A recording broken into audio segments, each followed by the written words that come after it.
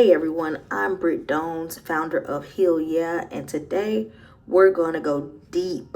Deep. We're going to examine the public case of Sean P. Diddy Combs, not for gossip, but to explore the underlying themes of power, addiction, trauma, and abuse. Because behind what we see in the news often lies the hidden story of wounds, coping, and cycles, okay? So I'm going to give a trigger warning, okay? This video addresses sexual and emotional trauma, addiction, and abuse. Please take care of yourself while listening to this video, okay? So first, we're going to talk about what actually happened legally. I'm going to give a little bit of background just in case you're not familiar with the case, which I'm sure most of us are. So on September 16th, 2024, Diddy was arrested following a grand jury indictment, okay? He was indicted on multiple serious charges, including racketeering, conspiracy, and sex trafficking by force, fraud, or coercion, as well as transportation for purposes of prostitution under the Mann Act.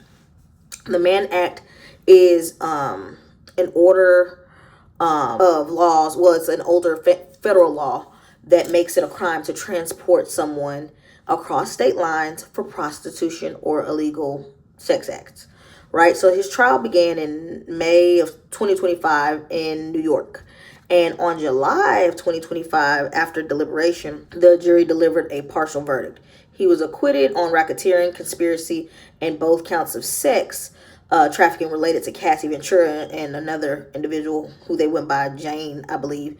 But he was found guilty of 2 counts of transportation for purposes of prostitution, one involving Cassie, which is the count 3, and one involving the unnamed Jane, which is the count 5, okay? Each count under the Mann Act can carry up to 10 years in prison. So the 2 counts could theoretically combine for like 20 years. However, on October 3rd, 2025, we were all waiting for the decision by the judge. And the Judge Arun Subramanian, he sentenced Combs to 50 years, which comes out to 4 years and 2 months in prison, plus a $500,000 fine and 5 years of supervised release.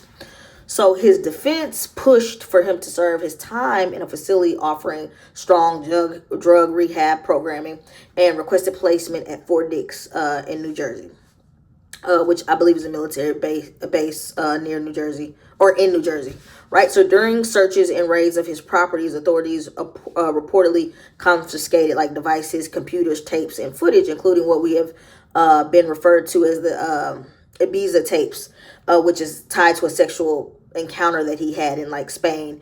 And it has sexual content and escort related activity, which were considered part of the evidence in the case.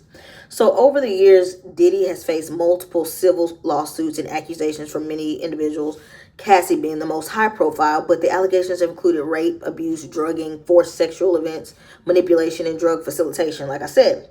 So Cassie's 2023 lawsuit made headlines, all right? In it, she alleged a decade-long pattern of abuse, forced sexual encounters with others, physical violence, and coercion. Okay? These are the elements of what we're dealing with, right? These are concrete elements of the legal record and the public reporting that we can anchor to explore the deeper psychological possibilities of what we're about to discuss, right? So now let's move on into what might be happening beneath those headlines, right? That's most important here. That's what this channel is about, the mental health side of things, right? So what might be happening beneath the headlines? How the trauma, the addiction, the power, and the pathology often interweave and interconnect, okay, and intertwine. As a therapist, I cannot stress how much seeing this pattern in real people over and again, I can't help but to see echoes in this public case. That's why I'm going to speak on it, right? Because I see this time and time again, and something that's near and dear to my heart, and I really want to help people to understand as we break this case down. So first, I want to touch on like the trauma and the early wounding, okay? People who often eventually exert coercion, control, or any type of abuse often carry unresolved trauma. Hear me good when I say that. They often carry unresolved trauma from earlier in life, whether that's neglect, emotional abandonment, exposure to volatile environments, drug abuse, right? These are what we call risk factors, right? The abuse, they experience all of that early on in life, okay? So over time, what happens is it's a compounding effect. Over time, that internal chaos can lead someone to seek external control because they don't have control inside, right? I can't control myself inside, so I need to have control over something. So I'm going to go seek external control with power and dominance and very rigid boundaries in order to feel safe. I need to feel regulated. But because I have internal chaos, I can't. So I got to go exert my power over other people, right? The second point in this case, if y'all are following with me, first was the trauma and the early wounding, but now we move on to the addiction, the substance use, and the self-medication, right? Diddy's defense has emphasized struggles with substance use, aiming to argue that addiction impaired his judgment or influenced his behavior. That's what they argued, right? Addiction itself is a disease, and it can be a means to numb emotional pain, shame, guilt, or internal emptiness in an individual, but it also erodes impulse control, boundary awareness, and moral inhibitors, okay? So when someone with significant emotional pain doesn't have any safe outlets, like we just talked about, substances can become a dysfunctional ally, right? And at first helping numb, but eventually fueling more destructive patterns that are to follow, okay? Anybody who's dealt with addiction will tell you that addiction to anything is cunning, and you have to become powerless to have a release of the addiction. It's very hard to break that cycle of addiction. So the best thing is to not start. But that's not what we're dealing with here. So we're going to stay on topic. What we're dealing with here is someone who was internally chaotic, so they sought out substances and other things, right? So the next point I want to touch on is hypersexuality, coercion, and exploitative sexual patterns, okay? So in the trial, the prosecutors alleged that Diddy coerced two former girlfriends into drug-fueled sex marathons with paid escorts, and in Cassie's testimony alleged they beat and dragged her when she tried to exit. The claims also included that he ordered or participated in freak-offs or hotel nights, orchestrated sexual encounters involving multiple partners, reportedly filmed with the aid of assistants. These patterns may represent like an interplay of compulsion, control, objectification, objectifying these women and belittling them, okay, and desensitization. They did this so much that it didn't even jolts their spirit. Do you understand? So for someone with a deep emotional injury, hypersexual or exploitative behavior can become a maladaptive way to feel power, validation, or to reenact unprocessed trauma, right? So what I'm saying is he was very cognizant of what was going on in the physical sense, but mentally when these things are happening, it is subconscious and it's layered in unresolved trauma that has not been processed properly, and he has not been to therapy for, okay? That is just what I see right off the bat. My next point is emotional dysregulation, shame, and projection as far as Diddy's concerned. Because many abusive behaviors stem from like a fragile self, right? Threatened by shame or fear or exposure. The abuser projects internal rage outwardly, right? Displacing internal pain onto other people. That's from that, like I said, when you're younger. And he had all the trauma and the pain, so he had to use his power, and he put that on other women in particular, right? He put this rage that he was having internally on outwardly on other women. You have to have a really fragile self to harm people in that way, right? Because we know if he was not fractured and broken and he was whole, he wouldn't have to do those things, right? Because people behave how they feel and what they think about, right? So people who have pleasant thoughts and feel good about themselves don't necessarily harm people, right? So in Diddy's case, he needed to control or dominate sometimes, which caused him to mask, and he lost control internally, right? So publicly, Diddy's lawyers attempted to present him as someone transformed, struggling with addiction and mental capacity, right? But transformation requires deep, sustained inner work, right? Not just narrative shifts. There was no way during him being in jail that he just up and he was transformed. It's not how it works, right? Because the brain is a very complex organ, and it took years to get him to a place of dysfunction. So on the flip side, it's going to take years to get him to a place of calm and functionality, right? Because he's going to need a lot. On top of substance abuse treatment, he's going to need to be a part of a batterers intervention program, which we call BIP or BIP, okay? He's going to need a lot after jail, right? Because that's even more trauma, the things he's seeing in jail, etc., right? So the next point I want to come to is the power, the isolation, and the lack of accountability. I'm really big on accountability, so this is really near and dear to me.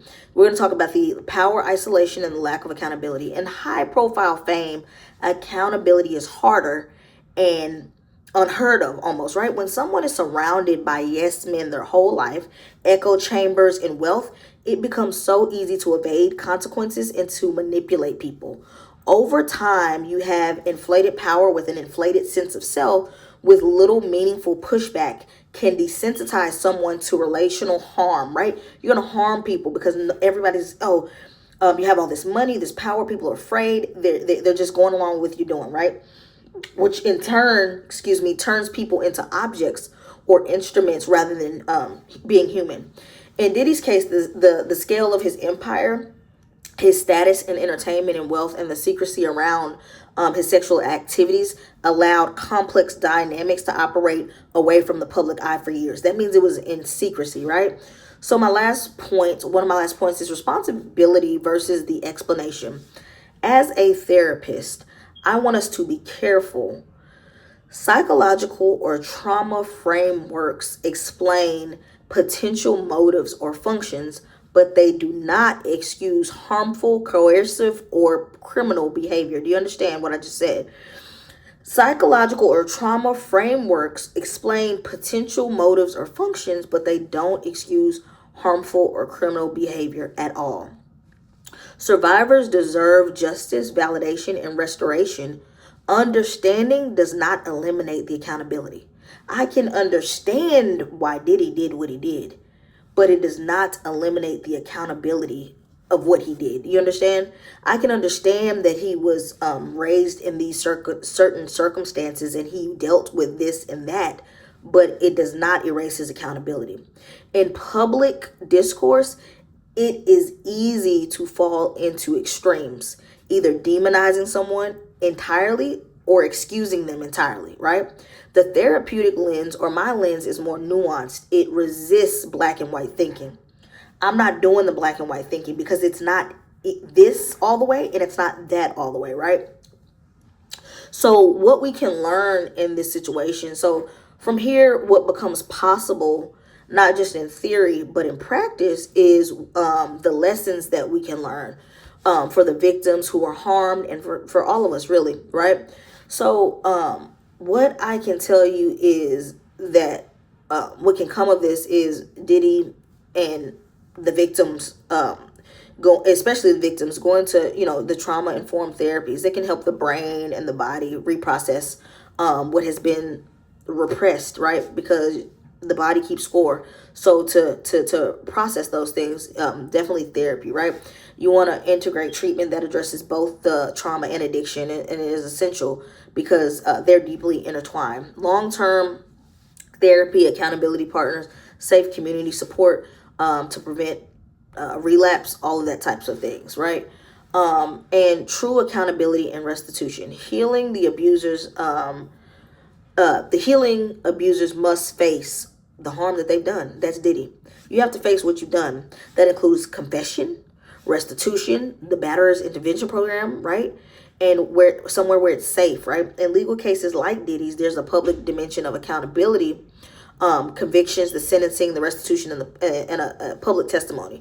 But the real transformation happens when someone continues to sit in discomfort, okay? You sit in discomfort and refuse to escalate defensiveness and remain consistent in repairing his damage. That's when you know the true transformation has started. You continue to sit in discomfort. You refuse to escalate and become defensive about a matter and remaining consistent in repairing that damage. Many abusive patterns stem from boundary violations, and I'm really big on boundaries. Therapy must rebuild respect for consent, the autonomy, safety, and the communication. Survivors must reclaim their voice and their boundaries, and people around those healings should learn how to hold safe space for those people. Like Cassie and her husband, I imagine Cassie will continue to go through more years of therapy. As in her letter she wrote to the judge, she's been suicidal at times, which is understandable. She's been through a lot, right? I think public conversations like the one that I'm having with you guys, they matter. They shift the culture, they reduce the stigma around what's going on, and they foster like a deeper empathy rather than sensationalism, okay? Because a lot of headlines in the news and stuff, they just want to put things out there but don't have the real deep conversation around it, right? I think also, like, if you bring yourself to a point, you know, that's where the courage begins, right? Sometimes the viewers watching may see in themselves the patterns that the people in the news are going through, right? And they see that they have been numbing with substances and being compulsive, and they have a lot of shame, right? So admitting when coping becomes toxic and reaching out for help, learning to slow down and like really listen to your body and questioning your own narrative is where the change really starts.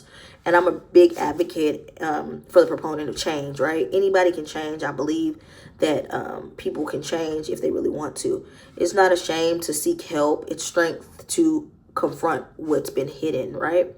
So as we close, I hope you guys really enjoyed the video. Well, taken and gotten something from the video rather than enjoy, I guess. But as we close, here's what I want you to carry with you. The Diddy case is headline news, but the patterns, the trauma, the addiction, and the power are deeply human and show up in many lives in far less visible ways, right? This is just a huge case, but these things show up in many lives in far less visible ways. So a person with fame doesn't get a free pass from emotional wounds or destructive patterns, and they have to have accountability, care, therapy, and humility, which are non-negotiables in healing, right? And so I just want you guys to take those tidbits away with you and really go inward and just and sit in that, right? So again, I'm Britt Dones, your licensed therapist, your guide in this space. Thank you for being here with me, for daring to look underneath the surface. If this video resonated, please like, share, comment with your thoughts or experiences respectfully, and subscribe so we can continue grappling with real stories and real healing. Remember, you don't have to fix it all today, but you can start by seeing it clearly and asking for help. Take care of your mind, guard your boundaries, and just be. Also, if you have a video idea or you want to ask a question, please put it in the comments and I'll look into making a video about it. But until then, heal yeah.